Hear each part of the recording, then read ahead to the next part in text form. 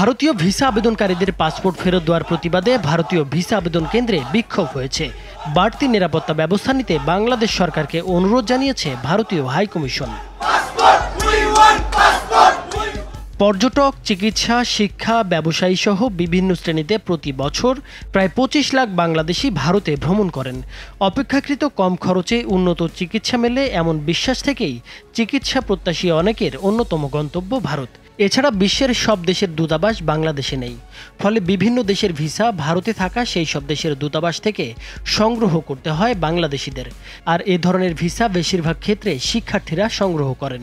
যেসব শিক্ষার্থী সেই সব দেশের শীতকালীন সেশনে শিক্ষা কার্যক্রম শুরু করতে ইচ্ছুক, তারা সেসব দেশের ভিসা তো দূরের কথা, ভারতের ভিসারই আবেদন করতে পারছেন না। নতুন করে ভিসার আবেদন বন্ধ রেখেছে ভারত। শুধু আগে জমা নেওয়া পাসপোর্ট ভিসা প্রত্যাশীকে ফেরত দিতে সীমিত পরিসরে কার্যক্রম চালু রেখেছে ভারতীয় ভিসা আবেদন সেন্টার।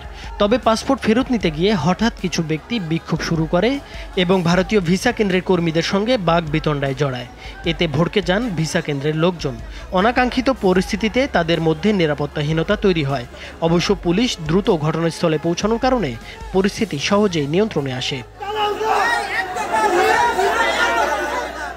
ভবিষ্যতে এমন অনাকাঙ্ক্ষিত পরিস্থিতি এড়াতে বাড়তি নিরাপত্তা ব্যবস্থা নিতে পররাষ্ট্র মন্ত্রণালয়ের কাছে কূটনৈতিক চিঠি পাঠানো হয়েছে ভারতীয় দূতাবাসের পক্ষ থেকে। চাওয়া হয়েছে বাড়তি নিরাপত্তা। নাইমুর হোসেন, মাছরাঙ্গা টেলিভিশন।